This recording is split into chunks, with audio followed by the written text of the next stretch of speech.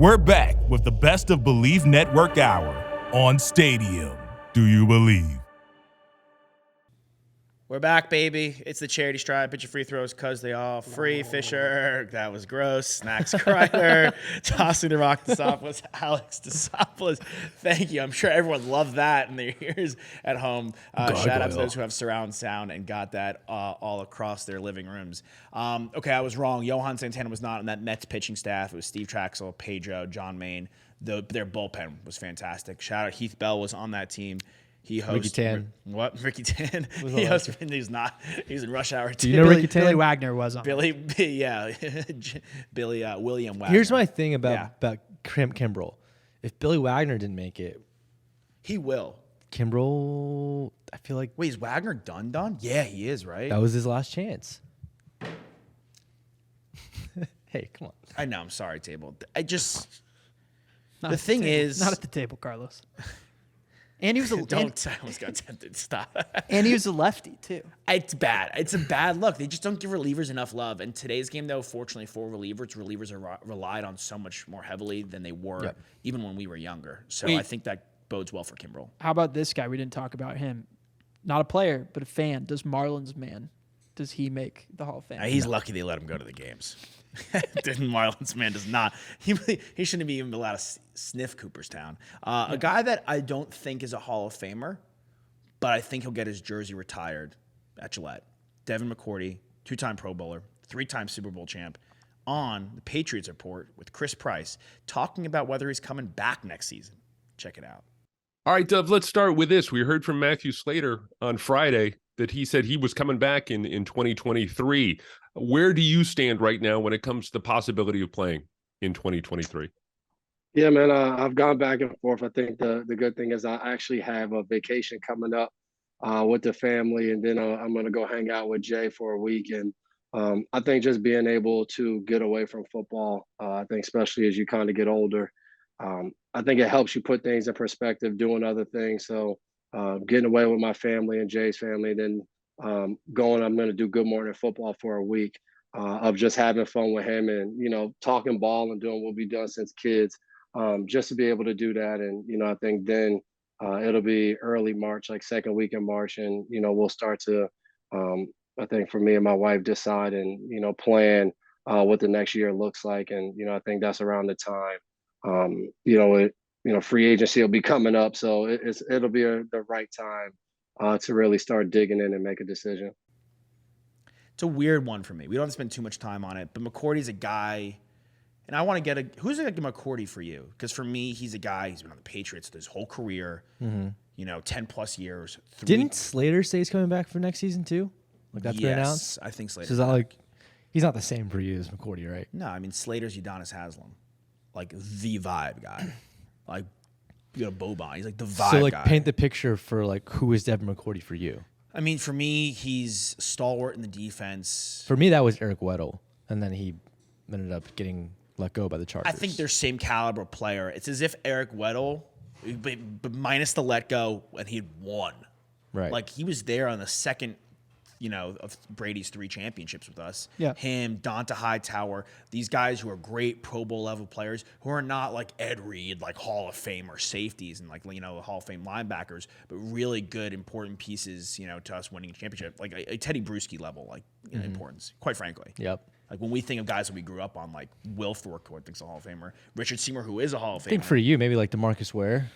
Yeah, I mean D Ware. But he's on the ballot. He was just added to the ballot. I expect him. He made it. Oh, that's right. That's right. Maybe like Roy Williams. Okay. Like, that was a guy that I really, really liked. He hit guys really hard, which is really fun to watch. Yeah, I think for us, like Weddle, Quentin Jammer. Jammer's a great one. It's a great comp. Yeah, those two guys. It's interesting how, before we move on to the next show, it's interesting how little coverage, glad that Chris is providing coverage on the Pats, and how little the chatter around like national media is about the Patriots right now. When Tom Brady's on there. When Tom Brady's not on the team. So used to just always hearing. That's why Josh is wearing Lakers gear now. Rising and falling. I mean, it's crazy how teams rise. Like Kansas City is the premier team now in the NFL. It's pretty wild. They could pop up. Not the premier baseball team, though. Yeah, they are not. Pop up out of nowhere. And I mean, he owns a piece of that team. All right, a team that could maybe be a premier team in the future. Atlanta Falcons. Trevor Sikkema of PFF is guesting. Will McFadden's the host. Check this clip out. Obviously, big talking point going into last year's draft for Atlanta. If Desmond Ridder was in this class, where do you think he would stack up? He's certainly, below the top tier. He's probably below an Anthony Richardson, but is that gap big enough for the Falcons to seriously, in your opinion, need to consider taking a Will Levis if he's there, or a CJ Stroud, because that talent gap is so much better? Or is there anybody else later on in the draft that you think could just give Desmond Ridder as much a push? But that's probably not worth it because you don't want to split up the reps. So is there anybody you think is such a clear upgrade over Desmond Ridder that they should take him? So I had Desmond Ridder as my QB1 last year. Now, granted, I didn't think that it was the strongest quarterback class, but I thought that he was the most polished of the bunch. I think that he can be a good starting NFL quarterback. All that to say, I draft Anthony Richardson at 8, right? because when you look at Arthur Smith, I'm so glad I did not have to ask you for a lifeline on that, because that brain fart, I would have been so embarrassed. When you look at Arthur Smith and what he does with the run game, there's unless you're trading for Lamar Jackson, there's nobody better. There's going to be nobody better for that scheme and what they want to do, how to truly make a defense think that they're a threat to run the ball in every single play. Anthony Richardson is an unreal talent with his legs, but also he's got an unbelievable arm.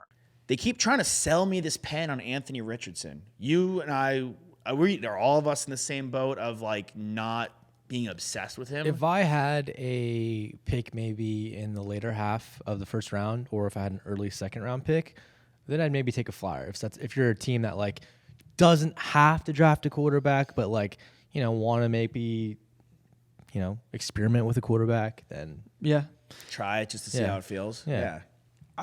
We talked to Leaf about it at the Super Bowl, and that's kind of how he felt about it. He was like, I'm not going to take this guy with the top 5 pick. He said maybe not even top 15. He didn't even say not even a first round pick. Yeah, he was right there with you. And right. I've seen the clips, and the talent obviously is there. He's an unbelievable athlete. But yeah, I still feel the same way I did about it before. I just didn't see enough results on the field. It doesn't mean that he's not going to become a really good quarterback, but you at least know that it's not happening in year 1. Could end up being like Lamar Jackson, gets taken with the last pick of the first round and makes all of the doubters wish they didn't doubt him. That guy won a Heisman, and he was a Heisman candidate, and went to New York the year before. It's different. To me, if you're at Florida and you're not producing, it's still a top school. You're not producing at Florida. Josh Allen's intangibles, Trey Lance's intangibles, Carson Wentz's intangibles, Bumble USA. Did he go through a couple of head coaches though at Florida and a couple of coordinators? I think he had multiple coordinators. Sure, that's fair. It's very fair on his part, and you may want a 5th-year option with him if you're going to sit him, and have him in your back pocket. We've seen the clips. There is talent. It's just if I'm making a pick in the top 20, I'd rather get a lineman. And not just with his legs. He can throw the ball too. He's got a cannon. But realistically, Ridder's not the guy. Well, so taking any quarterback as a rookie this year makes sense to me from the Falcons. Before moving on really quickly, who's the next quarterback in the NFL to retire? Is there a guy, right? Rodgers, okay, but he technically has a successor, which is Jordan Love, technically. Sure. After that, though, not a ton of vets. So, no, we're in a wave. Yeah. So, we're going to have to find a team that, maybe can sit a little bit and wait for him to develop. The Saints are your pick. Yeah, sure. But I don't. I mean, they're sitting at 28. The Broncos. They're sitting at 28 right now with the Broncos pick that they got for Sean Payton. It's not a terrible pick. Yeah. I mean, the Broncos. Unless they want to get a running back. It's Texans maybe if they don't take a guy there and they continue to move back and they sit him behind Davis Mills. All right, let's talk Lamar Jackson. 2K, CJ 2K, Lendale White, Smash and Dash, talking about Lamar Jackson's contract. Check it out. Again, that's what I'm saying. This is what just proves my point how the NFL views us as athletes. I don't give a damn. As a black man in the NFL, it's proven. You got people that have been in the same class as Lamar that have already gotten upgrades or contract extensions, right? Mm-hmm. Lamar is One of the only quarterbacks in his class to already have won an MVP. So do you think it would be a slap in the face if Jalen Hurts get paid before Lamar? If Jalen Hurts, bro, that's not a slap in the face. That's a slap in the face, a kick in the nuts, and bro, that man taking up somebody's girlfriend. That's disrespectful, bro. Ain't no way in hell MVP of our league. And yes, I get it that you probably went to the Super Bowl, but bro, we talking about somebody that's already proved that he was the most valuable player of our league, and he's still contract negotiating. It's ridiculous, dog. If I was him, I'm definitely going to hit the market and try to see what somebody else there else is going to give me, because I know the Jets is searching right now. The Saints is searching. There's the Buccaneers.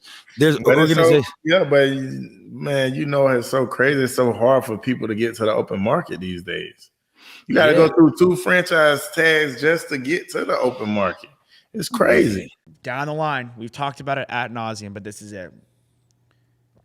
If you are the Ravens, do you pay him? If not, where does he go, Nick?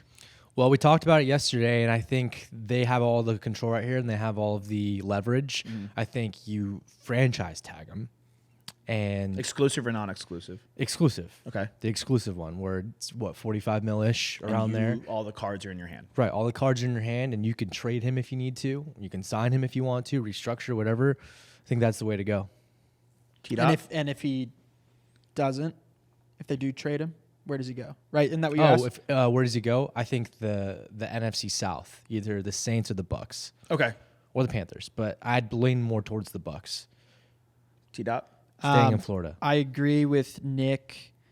I think the Ravens have to re-sign him. I'm cool with the tag, the exclusive tag, and I think he stays there. I'm saying I'm abstaining from the trade because I believe he's going to be a Raven for the foreseeable future. I'm riding with you.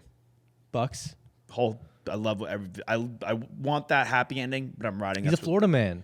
It's logistically what I think is going to happen. They're ready to go. Save your money on no taxes, and come home and be the champion of that division, right? If you're staying in the North, you still have to compete with the Bengals, who took that division last year. Browns aren't terrible, right? We'll see what happens with the Steelers. Definitely aren't terrible, and the Steelers. It's a gauntlet of a division. Yeah. You go to the NFC South where it's wide open. There's no good quarterback with any team in that division. If you are Lamar Jackson, you get out of the AFC and you go to the NFC where it's your best chance to get to a Super Bowl.